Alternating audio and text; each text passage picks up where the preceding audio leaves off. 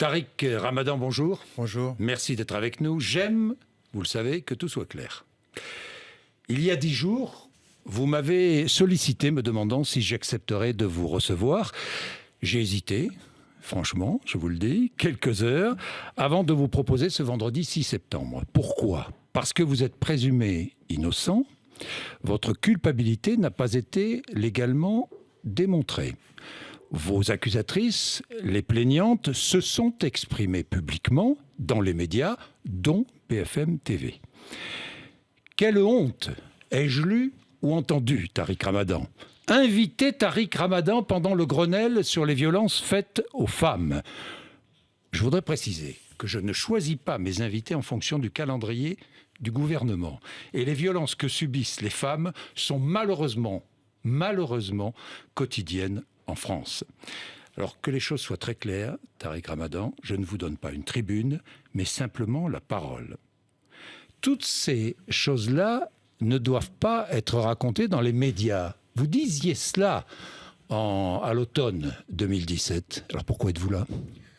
Écoutez, d'abord je vous remercie de me recevoir parce que à l'automne 2017, vous m'aviez contacté en me disant, puisque la parole a été donnée aux plaignantes, eh bien, prenez la parole. Et j'avais refusé à ce moment-là en disant exactement ce que vous venez de dire, à savoir que je ne prendrai la parole que devant les juges et devant la police. Or, depuis 2 ans, je ne me suis pas exprimé dans les médias pour cause, parce que j'ai passé pratiquement 10 mois en prison, mais surtout parce que je voulais être entendu par la justice. Or, j'ai eu affaire à un tribunal populaire et un secret de l'instruction qui n'a pas été un secret. Tout a été déballé. Je parlais, tout était dans les médias. Et donc je me suis tué à un moment donné, il faut prendre la parole, puisque le tribunal populaire, le tribunal médiatique m'a déterminé comme coupable, eh bien je devais faire entendre ma parole. Bien, vous allez publier un livre intitulé « Devoir de vérité » aux presses du Châtelet. Il sortira le 11 septembre. La date m'a fait un peu sursauter.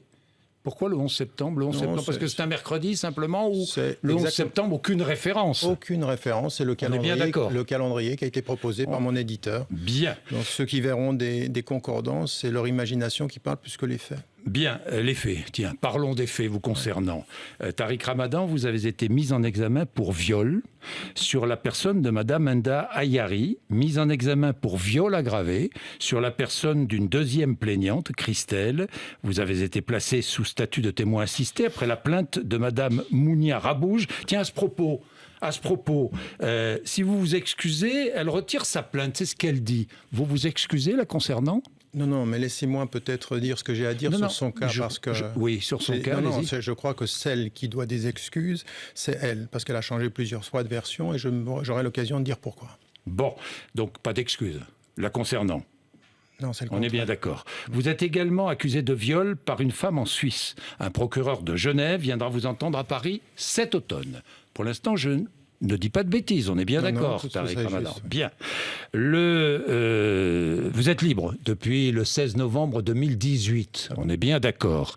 Vous avez passé combien ? 9 mois et demi en prison. Vous êtes libre avec interdiction de quitter le territoire français sous contrôle judiciaire. Vous pointez une fois par mois au commissariat. Une fois par semaine. Oui. Une fois par semaine. Le 31 mai dernier, Tariq Ramadan, une autre plaignante porte plainte pour viol en réunion. Les faits se seraient déroulés le 23 mai 2014 dans une chambre du Sofitel de Lyon. Vous n'étiez pas seul, dit-elle. Un autre homme vous accompagnait. Vous n'avez pas été encore interrogé sur cette dernière plainte. Alors ma question est claire, étiez-vous le 23 mai 2014 dans cette chambre d'hôtel ? Alors, je suis très content que vous commenciez par là, puisque c'est ce qui a été rapporté par les médias, encore une fois. C'est la dernière plainte. Depuis mai jusqu'en août dernier, on n'avait pas entendu parler de ceci. Ça vient de sortir, et là, je dois répondre de façon extrêmement claire sur cette dernière plainte. En fait, sur la seule base d'une intervention d'une femme, que je ne connais pas, qui est allée déposer à la police, le procureur de la République prend un réquisitoire supplétif sur 3 pages où il n'y a ni argument, ni éléments qui viennent corroborer ce qu'elle dit. Et puis, quand on va regarder le 23 mai 2014, je suis en train de donner une conférence à Baltimore devant 10 000 personnes.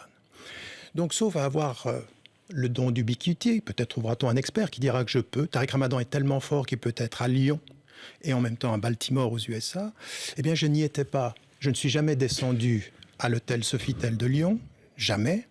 Et en plus de cela, il est dit que j'ai fait des remarques par voie de Messenger que je n'ai jamais utilisées. Alors, j'aimerais dire une chose. Mais vous l'avez contactée sur Facebook. Je n'ai jamais contacté cette dame, je ne sais pas Jamais. qui elle est. Mais je vais même dire plus que Vous ça. l'avez recontactée en janvier Mais non. 2019. Non, c'est faux. Mais je ne sais même pas qui elle est. C'est faux. C'est complètement faux. Donc en l'occurrence, je n'étais pas à Lyon à cette date, je ne connais pas cette dame, je n'ai contacté personne, et j'aimerais quand même dire une chose, c'est que les juges, le procureur prend un réquisitoire supplétif, on ne fait même pas d'enquête, c'est-à-dire que là, on va avoir une deuxième Madame Ayari, qui ne sait pas le lieu, qui ne sait pas la date, qui ne sait pas par qui et quand elle s'est fait violer. Donc j'aimerais dire une chose, parce que cette dernière plainte, Monsieur Bourdin, elle vient pour faire un écran de fumée sur tout ce que l'on sait aujourd'hui et qui est sorti pendant ces dernières semaines d'enquête. Alors, s'il vous plaît, moi j'étais en prison et je vous ai vu interviewer M. Hulot. Vous avez été clair sur les questions, mais vous lui avez donné le temps de s'exprimer. Vous me donnez la possibilité de m'exprimer. Je vous demande 3 minutes. 3 minutes pour pouvoir dire aujourd'hui, ici, tous les éléments qui sont sortis par la brigade criminelle et dont les médias ne parlent pas, parce que c'est très important. Cette dernière plainte dont vous venez, qui a fait, vous savez combien d'organes de presse ont repris cette dernière plainte? Plus de 114 à travers le monde. Une nouvelle plainte. Personne n'a vérifié. Tariq Ramadan n'était pas à Lyon à cette date. Alors, j'aimerais simplement, si vous me permettez, très rapidement. Allez-y, oui, rapidement. Première des choses, par rapport à Christelle, oui. Madame... elle s'appelle Christelle. Donc, oui. Première des éléments. Depuis février, les juges savent que les SMS qu'elle disait avoir envoyés avant la rencontre ont été envoyés après la rencontre. Et qu'est-ce que disaient ces SMS? Si ça ne m'avait pas plu, je serais parti. Tu m'as manqué dès que j'ai passé la porte. Je suis allé me promener dans le parc. Après la rencontre, avez-vous déjà vu, vous, une femme qui puisse dire des choses pareilles après un viol? Deuxième des éléments qui sortent, c'est pas moi qui le dis, c'est la brigade criminelle. Qu'est-ce que dit la brigade criminelle? On a découvert sur son ordinateur et sur son téléphone des messages de Christelle avec une autre femme. L'autre femme, elle se prénomme Sarah. Et l'enquête va montrer, les brigades ne le disent pas, mais l'enquête va montrer que Sarah, c'est la plaignante suisse. 6 jours avant la rencontre. 6 jours avant la rencontre. Et que dit-elle? On va tendre un piège à Tariq Ramadan, faire venir un paparazzi, et puis il y a un livre qui va sortir et on va le faire tomber. 6 jours avant. Et on me dit après coup, la personne est sous emprise. 6 jours avant, elle planifie, ça n'est pas terminé. Elle usurpe mon identité. Avant la rencontre, elle crée un email. Elle a dit au juge, elle a admis avoir créé des comptes Facebook et des comptes de femmes où elle organise, en l'occurrence, des communications. Plus que cela, monsieur. Elle dit à son médecin, j'étais à la conférence. Elle a dit partout, j'étais séquestrée dans une chambre d'hôtel. Déjà, être séquestrée, alors que moi je suis dans une conférence toute seule dans une chambre d'hôtel, il faut me demander, il faut me dire comment ça peut se passer. Mais elle dit qu'elle est séquestrée dans la chambre. En même temps, elle dit au médecin, j'étais dans la conférence. 4 compagnies d'experts. 4 compagnies d'experts jugent que c'est elle, jusqu'à 80%. Elle était dans la salle au moment où elle dit qu'elle est séquestrée. Écoutez, vous savez ce que font les juges? Ils écoutent la plaignante qui dit « Demandez à ma mère, à mon père, à mon concubin, à mon ex-compagnon si c'était moi dans la salle. » Et les juges vont demander, contre 4 expertises, vont demander si ils la reconnaissent. Vous savez qui y a parmi ces personnes? Caroline Forest. Caroline Forest, pendant une année, elle a jusqu'à 361 messages avec Christelle. Pour dire quoi? Elles se connaissent? Pourquoi c'est Christelle? Pourquoi c'est Caroline Forest qui va dire si c'est elle? Il y a Tariq Ramadan. Mais attendez, finissez parce que... non, mais il y a des choses qu'il faut dire. Il y a des choses qui doivent être dites. Oui, mais alors rapidement. Voilà, alors, rapidement. Dernier élément. Oui. Pendant qu'elle dit qu'elle est sous emprise religieuse et que je lui impose les choses, elle est en contact, c'est la brigade criminelle qui le dit, elle est en contact avec un homme sur Skype qu'elle rencontre pendant qu'elle est avec moi, soi-disant en étant sous un régime islamique strict. Elle a des échanges scatologiques et coprophages avec cet homme au moment où elle dit qu'elle va se marier avec moi. Tout ça ne tient pas. On n'a trouvé aucun indice de message. Tariq Ramadan, vous avez menti. Vous avez menti. Oui. Oui, vous avez menti. Parce que vous avez nié toute relation sexuelle avec Madame Menda Ayari et avec Christelle. Vous avez donc menti avant d'admettre des relations consenties. Pourquoi est-ce que vous avez menti? Alors c'est vrai que je suis arrivé, après l'avalanche médiatique, je suis arrivé devant la police et je voyais que, en l'occurrence, tout ce que je disais était immédiatement rapporté par la presse. J'ai voulu me protéger et protéger ma famille. C'était une erreur. J'aurais dû dire la vérité. Mais mon mensonge, Jean-Jacques Brodin, est complètement différent du mensonge de femmes qui disent avoir été violées. Parce que s'il fallait mettre en prison tous ceux qui ne disent pas la vérité sur leurs relations consenties et leur vie privée, il faudrait mettre en prison la moitié du peuple de France. Et avec eux, pratiquement tous les présidents, jusqu'au président en exercice, ou les avocats, ou les juges, ou peut-être même vous. Bon, je veux dire, mais laissez-moi terminer. Je veux dire, à partir d'un certain moment, on me reprend sur ce mensonge. Je reconnais que c'était une erreur, mais il se comprend dans la volonté de me protéger. Donc, je reconnais ceci. Maintenant, faire 9 mois et demi de prison sur un mensonge qui est de dire, non pas, j'ai pas menti sur la réalité des viols, puisque la brigade criminelle aujourd'hui parvient exactement à mes conclusions.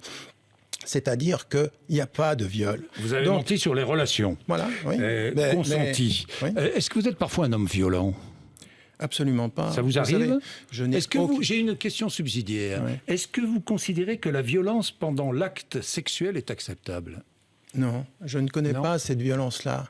Ce n'est pas moi. Ça, ce sont des messages qui sont sortis hors du contexte, qui sont même parfois pas de moi, puisqu'il y a des messages qui ont été inventés. Mais vous n'avez jamais été violent? Jamais? Monsieur, quand une femme me dit non, c'est non. Je sais ce que c'est que le non.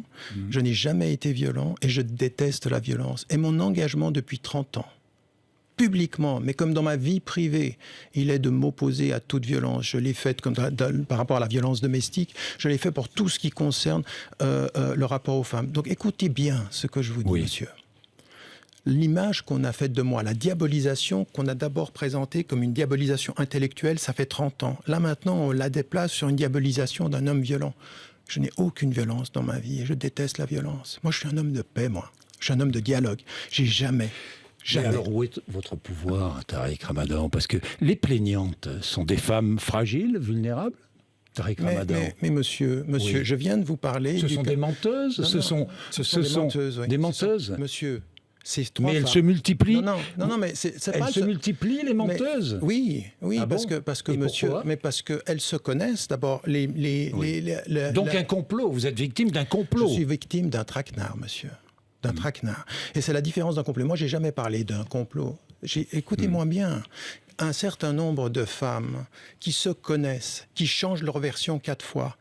Je viens de vous parler d'une personne qui dit qu'elle veut me tendre un piège avant de me rencontrer. Elle est sous influence ou elle est planificatrice? Attendez. Madame Enda Yari, dont nous n'avons pas parlé, elle ne se souvient pas du lieu, elle ne se souvient pas de l'heure. Elle est arrivée à Paris. Attendez, elle est arrivée à Paris. Elle dit qu'il pleuvait alors qu'il faisait beau. Quel pouvoir exercez-vous sur les plaignantes? Mais je n'exerce Quel pouvoir? Mais monsieur, vous êtes en train d'inverser la question du pouvoir. Mais monsieur, mais c'est le contraire. Attendez. Vous avez multiplié les relations sexuelles.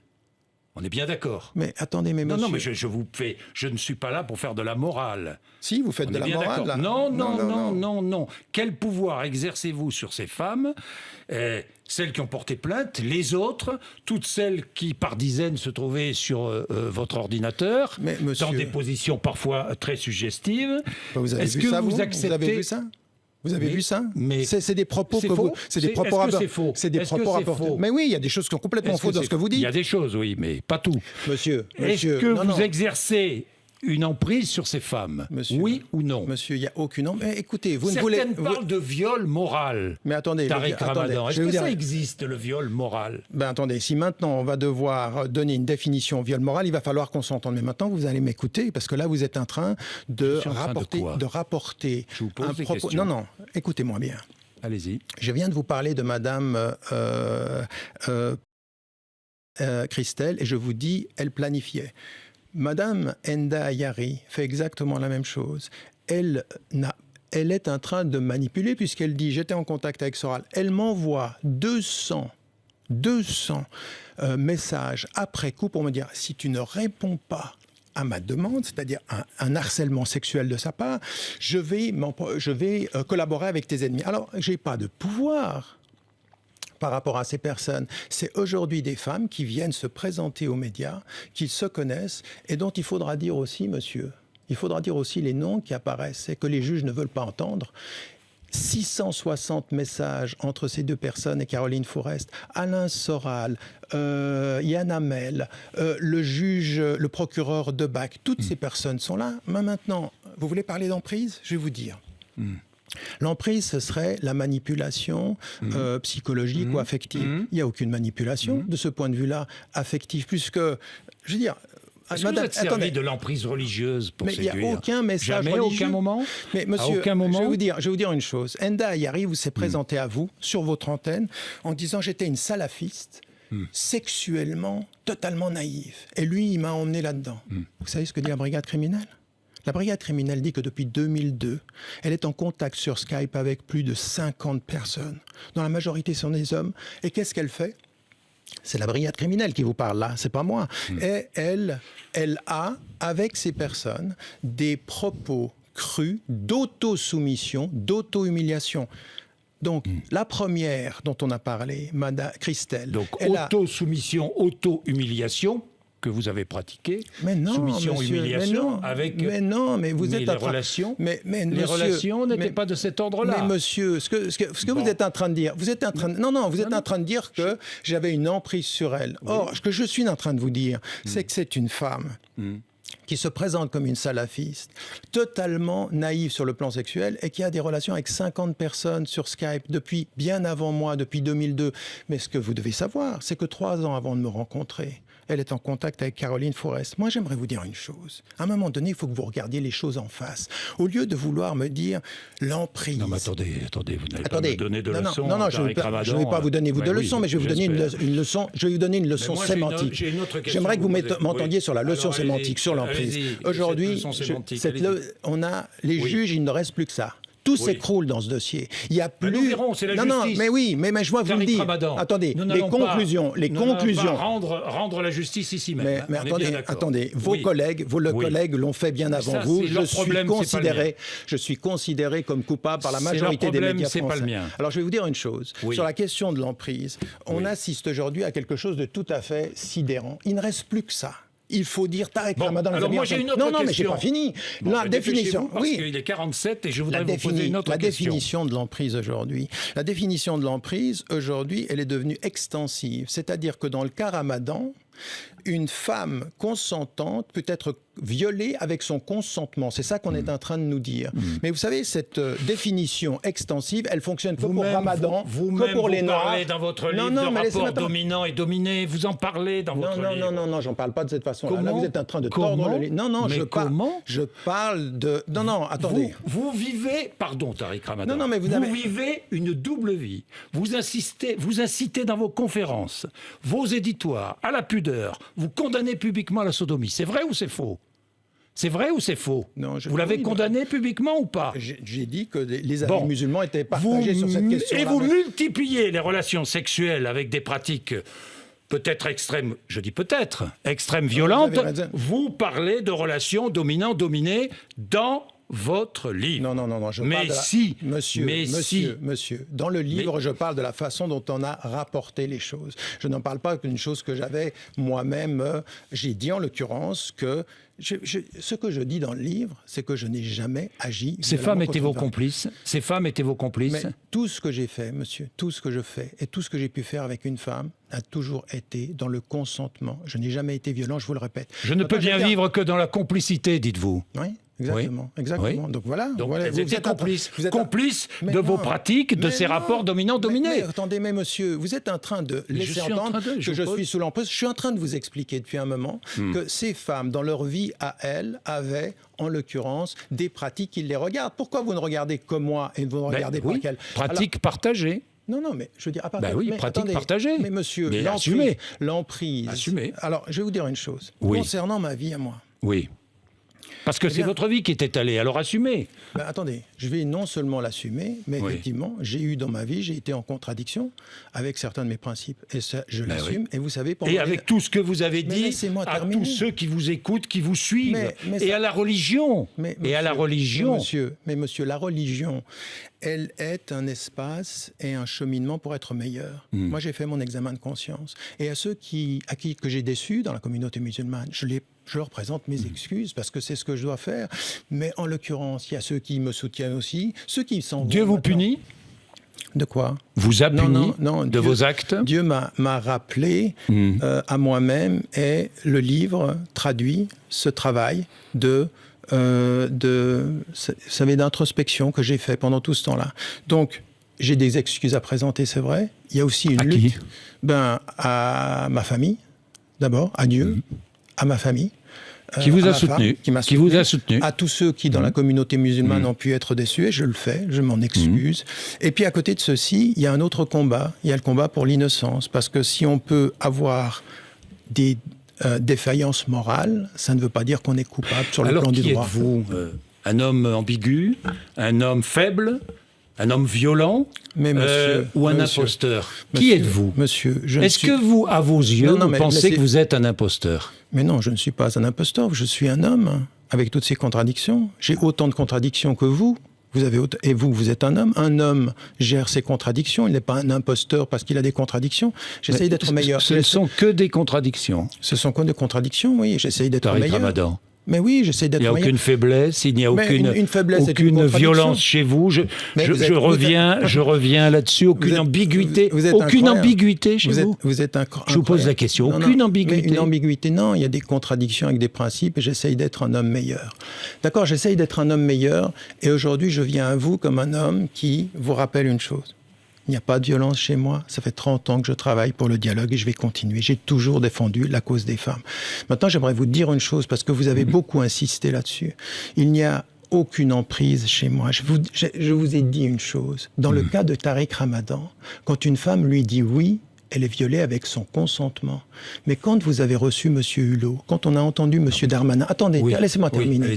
Qu'est-ce qu'on a dit? On a dit qu'il y a un homme, quand il ne sait pas que la femme ne veut pas, c'est pas un viol. Donc on a étendu la signification d'emprise pour Ramadan et on l'a singularisé. C'est comme s'il y avait une définition pour Ramadan, sans doute pour les Noirs, sans doute pour les Arabes, sans doute pour les musulmans. Vous êtes une victime? C'est vous la victime, Tariq Ramadan? Monsieur, je suis victime d'une injustice, oui. Mais je ne suis pas une victime consentante. Je ne vais pas me laisser faire, je vais me battre, je ne vais rien lâcher. Vous m'entendez? Je ne vais rien lâcher. Je ne vais rien lâcher sur ce qu'on essaye de dire aujourd'hui. Et puis, quand on parle aujourd'hui de cette affaire-là, j'aimerais que... Vous comparez même votre affaire à l'affaire Dreyfus, ce qui m'a un peu étonné. Monsieur, vous êtes les seuls en France à ne pas vous rendre compte que tout ce qui est en train d'arriver... Parce que, je veux dire, tout ce qui est en train d'arriver... Il y a 8 personnes qui sont autour de ça. Je vous ai dit les noms. Hein. Caroline Forest, la justice ne les a pas entendus. Aujourd'hui, pourquoi est-ce que je suis traité de cette façon-là? Parce que vous êtes musulman? Parce que je représente. Parce que vous avez dit que l'islam était une religion française? Oui. Parce que je suis une voix qui est entendue et qui ne se laissera pas faire. Je vais vous dire une chose. Si vous continuez en France à vouloir des musulmans bénis, de ceux qui vous disent oui à tout, de ceux qui sont prêts à dévoyer tous leurs principes. Moi, qu'est-ce qu'on m'a dit? On m'a dit, il prend... Est-ce que vous avez défendu la charia? Mais j'ai défendu la charia quand on comprend ce que c'est que la charia. Vous savez ce que j'ai dit? J'ai dit que quand je suis en France, la loi française est ma charia. Ça vous va? Et pourquoi ça vous pose un problème? Ça me va ou pas, moi. Je vous pose la question. Arrêtez de me prendre à témoin. J'ai horreur de ça, Tariq Ramadan. Je vous prends pas à témoin. Bon, très bien. Alors moi, je vous pose une question. Est-ce que vous défendez la charia? Je défends en France, non.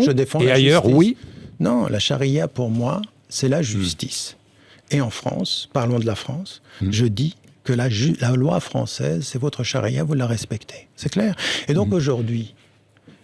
Est-ce que vous condamnez la charia dans d'autres pays que la France, et notamment dans les pays que vous connaissez bien? Mon problème, c'est que là, beaucoup de vos confrères, comme vous-même, vous ne me lisez pas. J'ai condamné... Comment je Mais non, j'ai condamné... Mais attendez, je suis interdit d'Arabie Saoudite, pourquoi? Parce que j'ai condamné l'application, là-bas, de la charia, qui était une justice... Ne vous justifiez pas. Dites-nous quelle est votre position sur la question. Non, mais je ne me justifie pas. Je suis en train de vous expliquer ce qui est ma pensée depuis 30 ans et que vous refusez d'entendre. Vous êtes donc victime de racisme, vous êtes coupable parce que musulman, et vous êtes coupable parce que vous avez dit que l'islam était une religion française. Monsieur, je vais vous dire une chose. Ce dossier-là, un par un, il ne tient pas, ni pour la première. Enda Ayari, qui vous a raconté n'importe quoi, vous l'avez écouté. Pas à moi. Oui, pas à moi, mais à tous les journalistes. Sur Donc, BFM TV, c'est pour voilà. ça que vous êtes là, d'ailleurs. Enda Ayari qui a menti, je veux dire... Mais dites-moi, vous avez menti, vous, à des millions ou des dizaines de milliers de musulmans?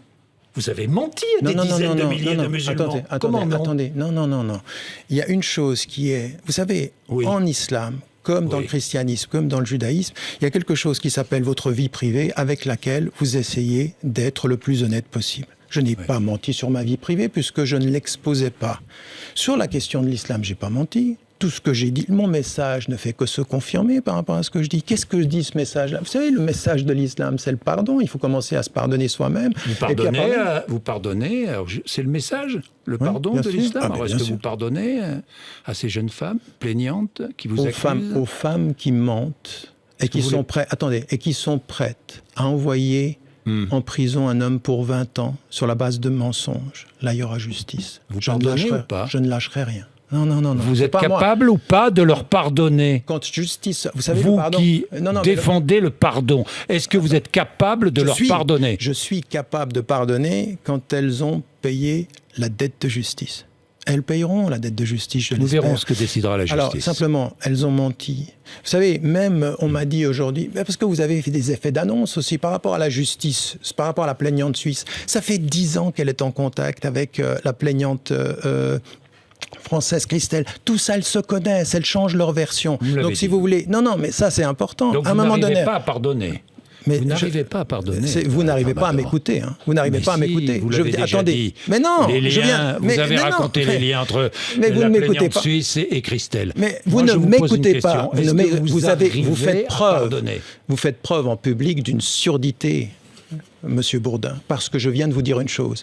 Quand la justice sera faite, j'aurai les moyens de pardonner. La justice, on est d'accord. Mais je ne pardonne. Vous savez, la justice tranchera. Moi, si on vous vole votre vélo et qu'avant de vous le rendre, on vous demande de pardonner, vous êtes stupide. Je vous dis quand pas une ça. femme ment, attendez, je vous dis aujourd'hui. Je vous dis. Je serais capable. Est-ce que vous serez capable de leur pardonner? Mais bien sûr.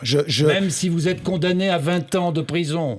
Non, mais je ne serai pas condamné à 20 ans de prison. Je vous pose la question. Non, je serai capable. La justice dira. La justice dira, parce que le dossier aujourd'hui, je vous le dis, écoutez-moi bien, la brigade criminelle vous dit aujourd'hui, arrivant aux conclusions qui sont les miennes depuis le début, que les femmes ont menti. Les 3 femmes ont menti. C'est clair? Et donc, à partir de ce moment-là, quand elles ont menti, il faudra que justice soit faite. Qu'on vienne aujourd'hui me dire l'emprise et tout ceci, basé sur rien, parce qu'au bout du compte, ce que l'on voit, c'est que sur cette emprise, c'était elle qui manipulait et c'est elle qui planifiait. Eh bien, à partir de ce moment-là, mon pardon sera donné quand justice sera faite. Moi, j'ai des excuses à faire à des personnes. J'ai des remerciements à faire à tous ceux qui m'ont soutenu. Et j'aimerais que vous entendiez que ce livre que j'ai écrit, il n'est pas simplement sur ces faits-là. C'est l'histoire d'un cheminement d'un homme qui est aussi humain que vous et que dans ce pays, on a diabolisé et déshumanisé. Vous avez déshumanisé un homme. Et rappelez-vous, la France de 97, unanimement contre Dreyfus, avait tort. Bien, merci Tariq Ramadan d'être venu ce matin. Il est 8h58, vous êtes sur RMC et BFM TV.